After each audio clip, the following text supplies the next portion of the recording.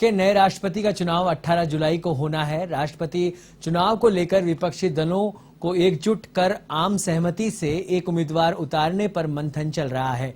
शरद पवार, फारूक अब्दुल्ला और महात्मा गांधी के पौत्र गोपाल कृष्ण गांधी के राष्ट्रपति चुनाव लड़ने से इनकार करने के बाद अब अचानक यशवंत सिन्हा का नाम चर्चा में आ गया। विपक्ष ने यशवंत सिन्हा को राष्ट्रपति पद का उम्मीदवार घोषित कर दिया है। यशवंत सिन्हा के नाम का प्रस्ताव तृणमूल कांग्रेस ने रखा था।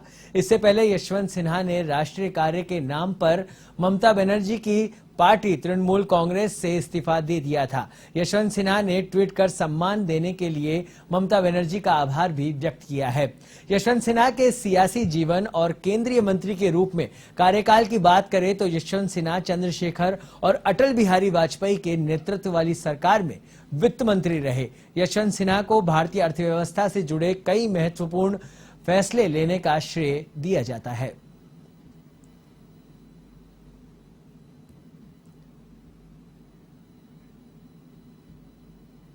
क्या बोलूं?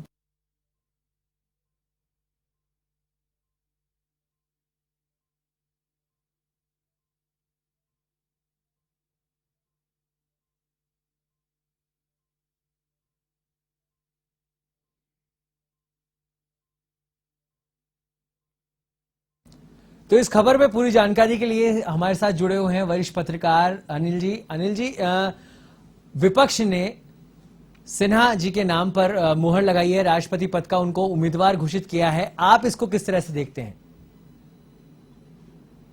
राष्ट्रपति पद के लिए जो दो चार कद्दावर नाम देश में दिखाई दे रहे थे, यशवंत सिन्हा उनमें से एक है। उन्होंने 7 बार भारत सरकार का बजट पेश किया। चंद्रशेखर की सरकार में वित्त मंत्री थे, अटल बिहारी वाजपेयी की सरकार में वित्त मंत्री थे। भाजपा की जो वर्तमान आला कमान है उससे असहमत होने के बाद वो बीजेपी से बाहर हुए, हालांकि उनके बेटे बीजेपी में बने रहे।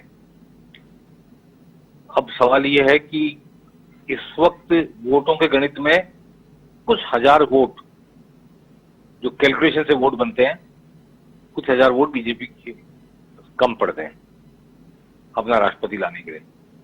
इसलिए वो ऐसा उम्मीदवार लाना चाहेगी जिससे कोई क्षेत्रीय दल उसको समर्थन करने को विवश हो जाए। और जिस तरह का चयन विपक्ष ने किया है उसमें नीतीश कुमार के लिए अब अपने आप को बिहार की जनता के सामने डिफेंड करना थोड़ा सा मुश्किल होगा कि एक बिहारी राष्ट्रपति बनने वाला है और उसको आप कैसे रोक रहे हैं, उसके खिलाफ कैसे वोट दे रहे हैं। तो तेजस्वी इस बात को उठा सकते हैं कि बिहारी मानुष को राष्ट्रपति बनने से रोकने का काम नीतीश कुमार कर रहे हैं, अगर नीतीश कुमार बीजेपी का साथ देते हैं। और इस गणित पर ही ये चयन आधारित है, क्योंकि यशवंत सिन्हा एक स्टॉलवर्ड है और विपक्ष को जिस तरह का कद्दावर व्यक्ति चाहिए था राष्ट्रपति के लिए, वो उन्होंने घोषित कर दिया।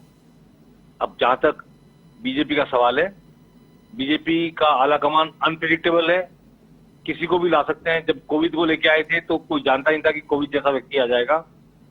ऐसे ही किसी अनजान से अनोखे नाम के आने की उम्मीद लोग लगा के बैठे हैं। ऐसे मोटे तौर पर वर्तमान उपराष्ट्रपति वेंकैया नायडू का नाम सबसे ऊपर है। वेंकैया नायडू उपराष्ट्रपति होने के साथ साथ बीजेपी के मोस्ट लॉयल पर्सनालिटीज में से एक हैं और लगभग निर्विवाद नेता रहे हैं। उनके बीजेपी का उम्मीदवार बनने के बाद टीआरएस तेलंगाना की पार्टी और जो आंध्र प्रदेश की जगन रेड्डी की पार्टी है, वो शायद बीजेपी का समर्थन देने को विवश हो जाए, क्योंकि वो भी क्षेत्रीयता से बंधे हुए हैं और क्षेत्रीय अस्मिता से जुड़े हुए लोग अभी अपने क्षेत्र के राष्ट्रपति को बनने से रोकने का कलंक अपने माथे नहीं लेना चाहेंगे। इसलिए 2 क्षेत्रीय दलों को साधा जा सकता है वेंकैया नायडू का नाम सामने रख के। लेकिन फिर भी जब तक नाम सामने नहीं आता, हम कह नहीं सकते। कोई अनजान सा नया सा नाम भी, अनजान यानी कि अप्रत्याशितता, वो पहचाना हुआ तो होगा लेकिन अप्रत्याशित, जिसके बारे में सोच नहीं सकते, उसके लिए आलाकमान विख्यात है। जब ओम बिरला को लोकसभा अध्यक्ष बनाया गया, रामनाथ कोविंद को राष्ट्रपति बनाया गया, तब भी कोई मानने को तैयार नहीं था कि ऐसे नाम आ सकते हैं। तो बीजेपी का कैंडिडेट कौन आता है, इस पर जीत हार का गणित निर्भर करेगा। और फिलहाल महाराष्ट्र में जो उठापटक चल रही है उसमें अगर बीजेपी सक्सीड कर गई और शिवसेना के 2 टुकड़े हो गए तो उसको राष्ट्रपति चुनाव के लिए फिर किसी और से वोट मांगने की जरूरत नहीं रहेगी। तो हमें देखना पड़ेगा कि महाराष्ट्र में क्या होता है। ये जरूर है कि देश में उपलब्ध सर्वश्रेष्ठ राजनेताओं में जिनकी छवि लगभग निष्कलंक है और जो देश की अर्थव्यवस्था को, राजनीति को समझते हैं, आईएएस रहे हुए हैं, बहुत जमाने पहले दिल्ली बस परिवहन निगम के चेयरमैन थे, वहां से इस्तीफा दिया उन्होंने, उसके बाद सरकार में आए, राज्यसभा में भी रहे, लोकसभा में भी रहे, कई पदों को उन्होंने पार्टी में भी संभाला और सरकार में भी संभाला। इसलिए चयन बहुत अच्छा है, इसमें कोई दो राय नहीं हो सकती। और मुकाबला होगा, सामने बीजेपी किसे खड़ा करती है और उसकी रणनीतिक पोजीशन क्या बनती है, महाराष्ट्र का क्या फैसला होता है, इस पर भी बहुत कुछ निर्भर करेगा। जी, बहुत बहुत धन्यवाद अनिल लोढ़ा जी इस पूरी जानकारी के लिए।